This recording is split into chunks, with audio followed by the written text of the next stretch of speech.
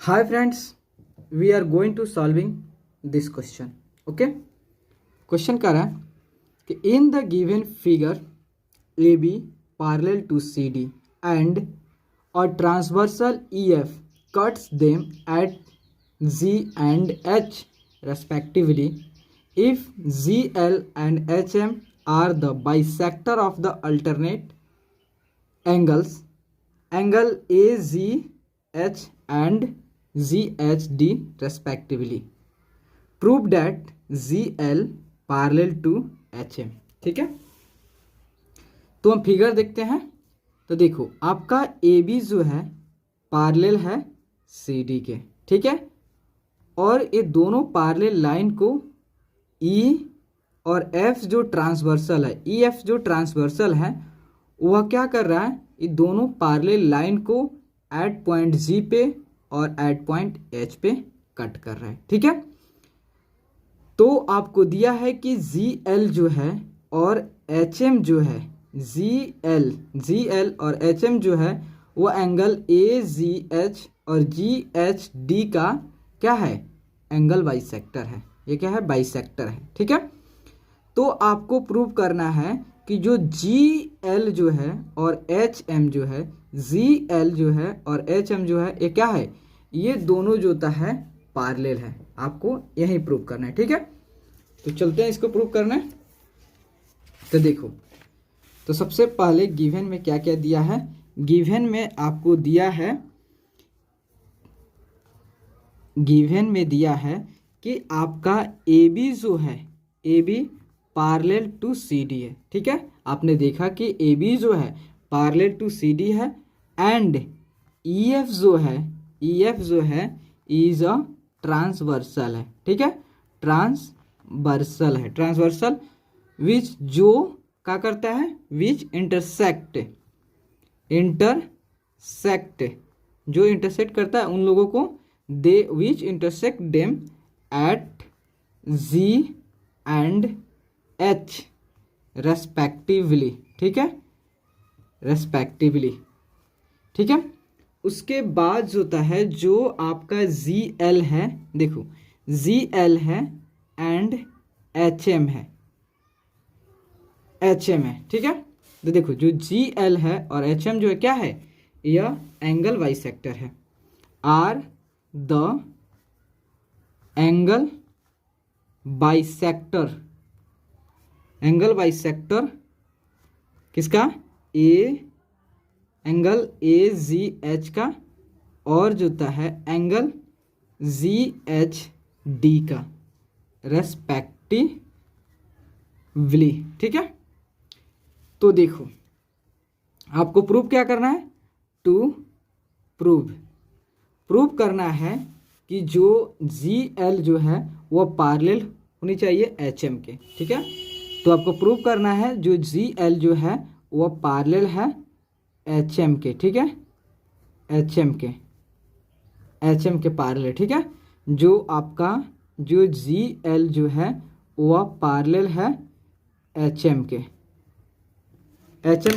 पार्लेल है। तो प्रूव करते हैं। तो देखो प्रूफ आपने देखा कि जो AB जो है, AB पार्लेल टू CD है। देखो आपने यहाँ देखे कि जो AB जो है पार्लेल है CD के। ठीक है, AB पार्लेल है CD के, और जो है एंड EF जो है क्या है, इज अ ट्रांसवर्सल है। ठीक है, ट्रांसवर्सल है। देखो उसके बाद आपका AB जो है वह CD के पार्लेल है और EF जो है वह क्या है, AB का ट्रांसवर्सल है।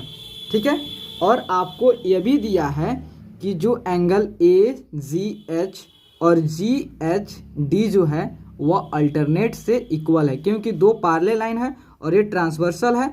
तो AZH और GHD मतलब यह एंगल जो है और यह एंगल जो है इक्वल है अल्टरनेट एंगल से। ठीक है, तो आपका एंगल AZH जो है इक्वल है एंगल एच डी के, ठीक है।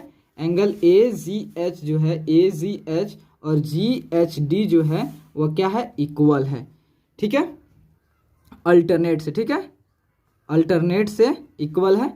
उसके बाद जब देखो हमने जब कहा कि इस एंगल को अब हम क्या कर दे रहे हैं, हाफ कर रहे हैं, ठीक है। जब दोनों साइड हम 1/2 से मल्टीप्लाई कर देंगे, मतलब जो है कहने का मतलब है कि यह आपका एंगल ए जी एच और जी एच जो डी है, मीन्स यह एंगल और यह एंगल को हम हाफ करते हैं, ठीक है।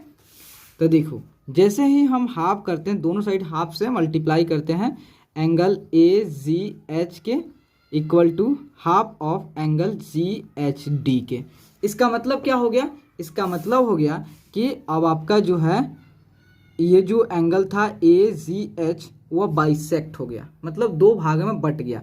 तो मीन्स जो था आप जानते हो कि जी एल जो है, ये जी एल जो है एंगल ए जी एच का बाइसेक्टर है।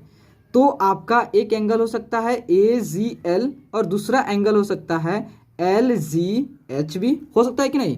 जब आपने इस एंगल को दो भागों में डिवाइड कर दिया तो एक एंगल होगा ए जी एल, दूसरा एंगल हो जाएगा एल जी और एच, और दोनों एंगल क्या होंगे, इक्वल होंगे। तो मुझे जरूरत कौन सा है, एल जी एच के, ठीक है। तो देखो तो यहाँ सेम कंडीशन यहाँ पे भी, जब इस एंगल को आपने डिवाइड कर दिया मतलब हाफ कर दिया, तो एक एंगल हो जाएगा आपका डी डी एच एम और दूसरा एंगल होगा एम एच जी, ठीक है। तो देखो तो क्या हो जाएगा, तो इस पेपर थोड़ा सा, तो देखो तो आपका एंगल क्या हो जाएगा, एंगल हो जाएगा आपका एल जी एच इक्वल हो जाएगा एंगल एम एच जी के, M L G H, L G H और एम एच जी, ठीक है। ये दोनों इक्वल हो गया, ठीक है। तो अब देखो जैसे ही आपका जो है यह एंगल जो है, यह एंगल जो है आपका, देखो यह एंगल जो है आपका, यह एंगल और आपका यह एंगल दोनों इक्वल हो गया, मतलब एल जी एच और एम एच जी जो होता है, जब दोनों एंगल इक्वल हो गया इसका मतलब क्या हो गया, देखो आपका यह ट्रांसवर्सल है, ट्रांसवर्सल है। और आप सपोज समझ लो कि देखो ये इसको एक्सटेंड कर दो, इसको एक्सटेंड करो, मतलब मान लो जी एल जो है एच एम को सपोज समझो कि पैरेलल लाइन, ठीक है। और आपको ये दोनों लाइन जी एल को और एम एच को क्या कर रहा है, ये ट्रांसवर्स कर रहा है। तो अगर मान लो यह एंगल और यह एंगल इक्वल हो गया, इसका मतलब क्या हो गया कि जैसे ही दो अल्टरनेट एंगल, दो पेयर ऑफ अल्टरनेट एंगल जो है, दो अल्टरनेट एंगल अगर इक्वल हो जाता है, तो आपका कहने का मतलब है कि जो जी एल जो है वह एच एम के पैरेलल होगा, जो जी एल जो है एच एम का पैरेलल। क्यों, क्योंकि जो इसके अल्टरनेट एंगल जो होता है वह इक्वल हो जाता है। आप जानते हैं कि नहीं कि अगर जो होता है दो लाइन पैरेलल होता है और एक लाइन जो होता है दोनों पैरेलल लाइन के इंटरसेक्ट करता है, तो उसके जो अल्टरनेट एंगल होते हैं एक दूसरे के इक्वल हो जाते हैं। तो उसकी जस्ट अपोजिट भी कंडीशन आपको फुलफिल होगा कि अगर दो अल्टरनेट एंगल जो होता है इक्वल होता है, तो इसका मतलब है कि आपका जो दोनों लाइन जो है वह एक दूसरे के पैरेलल होगा, ठीक है। तो देखो तो जैसे ही आपका क्या हुआ, L G H equal to M S G हो गया, ठीक है। एल जी एच जो है आपका एम एस जी हो गया।